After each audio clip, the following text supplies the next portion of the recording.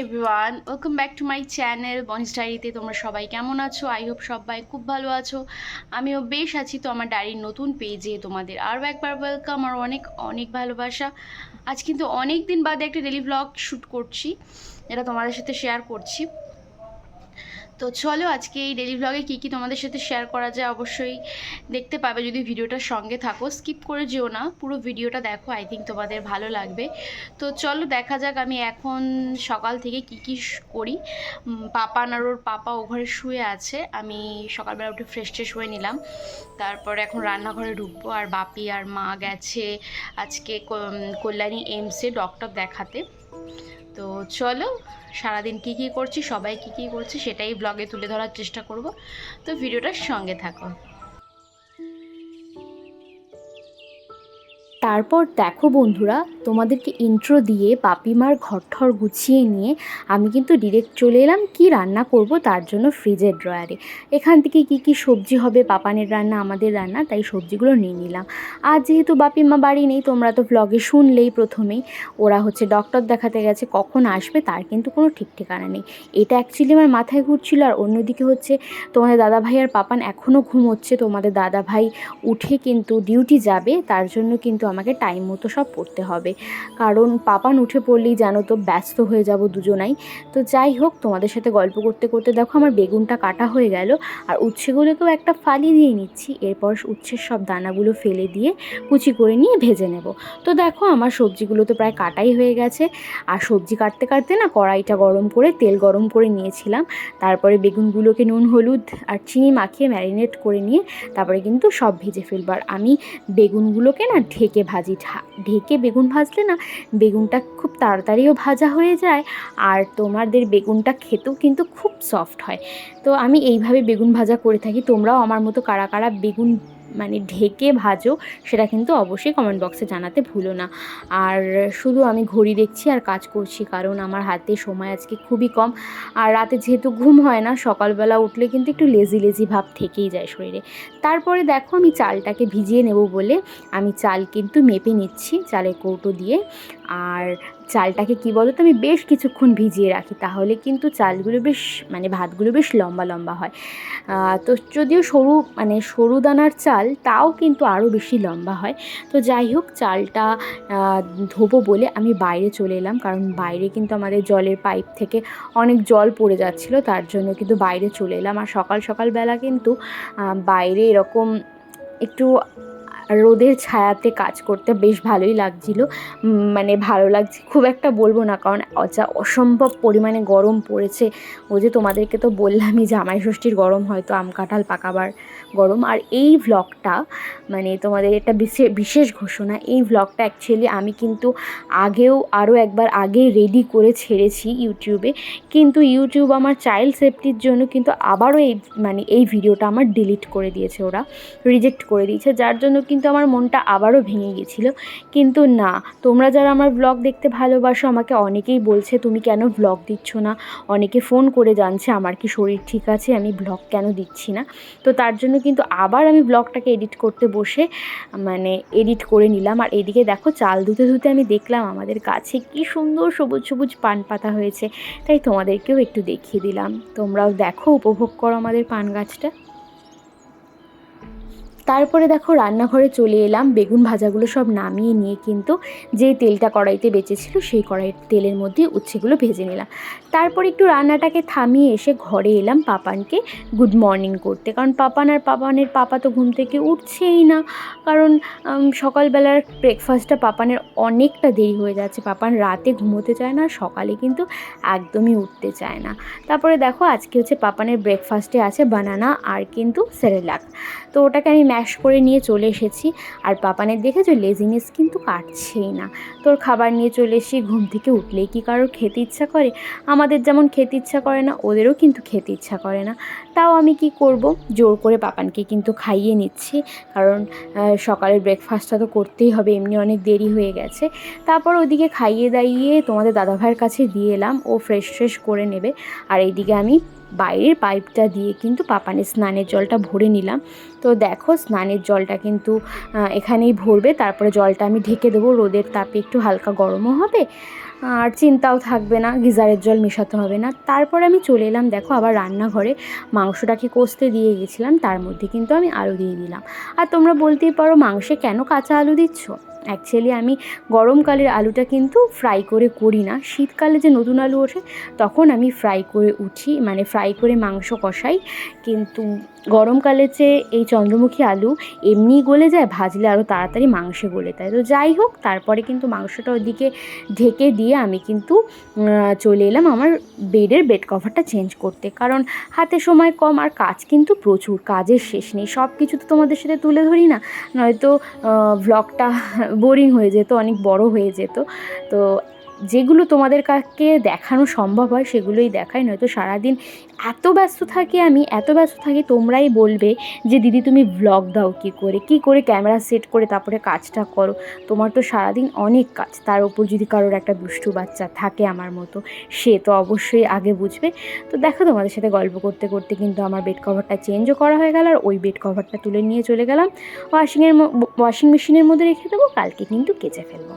তো যাই হোক, আমার এদিকে দেখো আমি একটা কাজ বসিয়ে এসে কিন্তু আর একটা কাজ করি, মানে এই একটা কাজ পুরো কমপ্লিট করে এসে আর একটা কাজ করি ওরম করি না, কারণ আমার হাতে সময় তো খুবই কম, আর ঘড়ির কাঁটা তো আমার আগে আগে দৌড়চ্ছে, আমি ওর সাথে কোনো দিনও টাইম মতো দৌড়তে পারি না।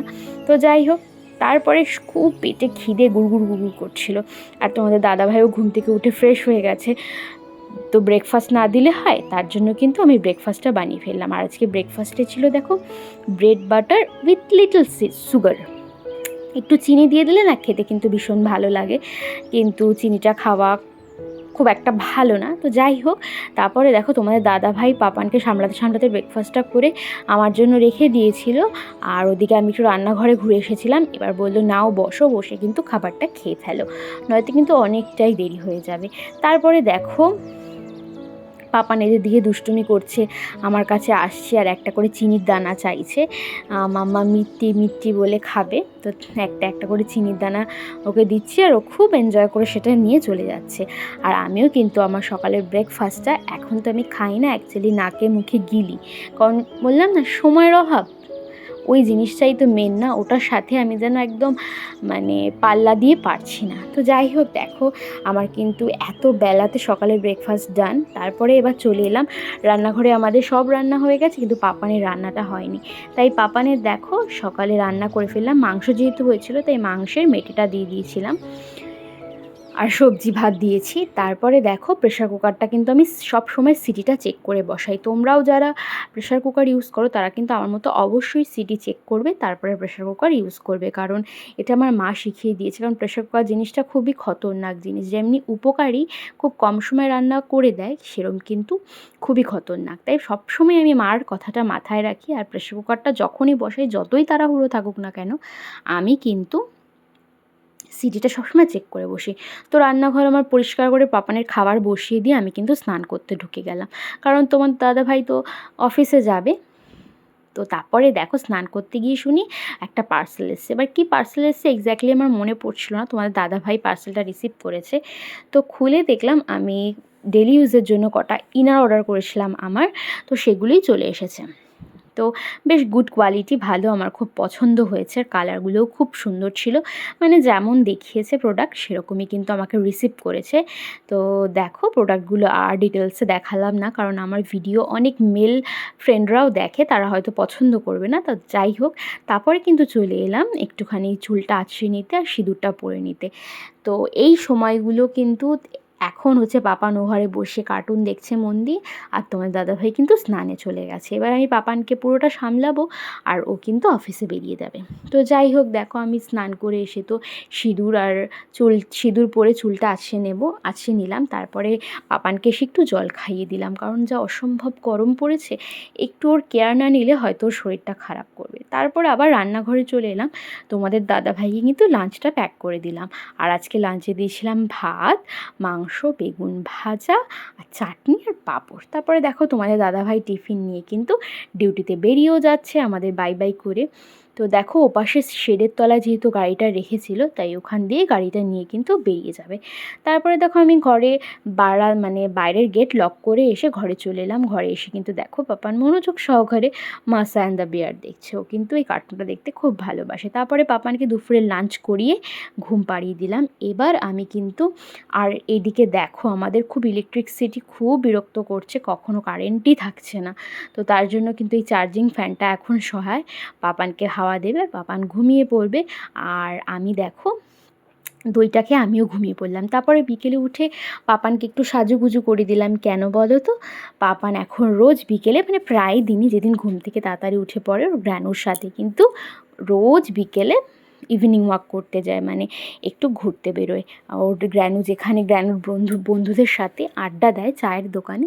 পাপানও কিন্তু তাদের সাথে যোগ দিয়েছে এখন গিয়ে।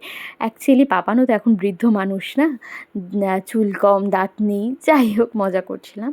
তো আমাকে দেখো টাটা বাই বাই করে কিন্তু ওর গ্রানুর সাথে টুকটুক করে গুটি গুটি পায়ে কিন্তু চলে গেল। আর এখন ওখানে গিয়ে প্রায় আধা ঘন্টা মতো সময় কাটাবে। তারপরে আমি ওর খাওয়ার টাইমে সন্ধেবেলার খাওয়ার টাইমে আবার বাপিকে ফোন করব। বাপি কিছুটা পথ এগিয়ে দিয়ে যাবে, আমি গিয়ে আবার ওকে কিন্তু নিয়ে চলে আসি। তো দেখো পাপান কিন্তু গুটি গুটি পায়ে আর কেমনভাবে হাঁটছে দেখো, খুব মজা পায় এই বিকেলবেলা ওর গ্র্যানুর সাথে একটু টাইম কাটাতে যায়। তো তারপরে দেখো বলতে বলতে কিন্তু সন্ধ্যা প্রায় হয়ে এসছে। আমি পাপানকে নিতে যাব বলে আমি কিছুটা এগিয়ে গেলাম, আর ওই দেখো পাপানকে কিন্তু বাপি নিয়ে আসছে। এবার এখান থেকে আমি পাপানকে কোলে করে বাড়ি নিয়ে চলে যাব, আর বাপি কিন্তু বেশ কিছুক্ষণ পরে আবার বাড়ি ফিরবে। তো দেখো পাপানকে আমি হ্যান্ড ওভার করেও নিয়েছি, আমি আমার কোলে নিয়েছি। আর পাপান এখন তো ঘেমে নিয়ে পুরো অস্থির। তারপরে নিয়ে এসে পাপানকে খাইয়ে দাইয়ে একটু ফ্রেশ করে খালি গায়ে করে কিন্তু পাপানকে পড়াশোনা করাতে বসলাম। কারণ এই সন্ধ্যের টাইমটা পাপান একটু পড়াশোনা করে, এই হ্যাবিটটা ও রেখেছে যেহেতু, তাই আমি এই হ্যাবিটটা ওর রোজ করার চেষ্টা করি। এখনও তো খুব মনোযোগ সহকারে পড়ছে, পরে কি করবে আমি জানি না। তারপর দেখো পাপানকে পড়াশোনা করিয়ে একটু ফ্রেশ করিয়ে জামা কাপড় পরিয়ে দিতে না দিতেই দেখি পাপানের কিন্তু বড় ঠাম্মি এসে হাজির। পাপানের বড় ঠাম্মি পাপানকে দেখতে এসেছে, আর পাপানের নাকে যেহেতু ব্যথা লেগেছিল তাই সেটা দেখে আদর করছে আর পাপানকে। আর পাপান দেখো কতটা আহ্লাদ করছে আর বলছে মাম্মা বকেছে, আমি নাকি ওকে বকেছি। তারপরে জেঠিমা শাশুড়ি এসেছেন বলে কিন্তু সন্ধেবেলা একটু চা করে নিলাম। আর গরমে যেহেতু ঘেমে ঘুমে অস্থির হয়ে এসছে পাপানকে দেখতে, তার জন্য কিন্তু একটু ঠান্ডা ঠান্ডা ট্যাঙের জুস বানিয়ে দিলাম। আর তারপর হচ্ছে গরম গরম চা, আর সাথে কিন্তু ভেজেছিলাম পাঁপড় ভাজা। তো আমার পাঁপড় ভাজার চা তো রেডি। তারপরে এই চা আর পাঁপড় ভাজা খেয়ে কিন্তু অনেকক্ষণ আমরা গল্প করলাম, আড্ডা দিলাম, মজা করলাম। তারপরে একেবারে ডিরেক্ট চলে এলাম দেখো পাপানের রাতের ডিনারে। এটাই ছিল পাপানের আজকে রাতের ডিনার, আর এটা ছিল ওটস, যেটা পাপান রাতে খায়। বন্ধুরা কেমন গরম পড়েছে তোমরা কিন্তু জানিও। আমাদের এখানে তো ভীষণই গরম পড়েছে, অ্যাকচুয়ালি সব জায়গায় গরম, ভীষণ গরমে গরম আর নেওয়া যাচ্ছে না, পারা যাচ্ছে না। অ্যাকচুয়ালি জামাই ষষ্ঠী আসছে তো সেই জন্যে হয়তো এত গরম পড়েছে আম কাঁঠাল পাকানোর জন্য। তো এদিকে দেখো পাপার সোনা কিন্তু দুষ্টুমি চালু করে দিয়েছে, ঘুম নেই চোখে, তো ওকে ঘুম পাড়ানোর চেষ্টা চলবে এখন। আর চলো আজকে ব্লগটা আমি এখানেই শেষ করছি।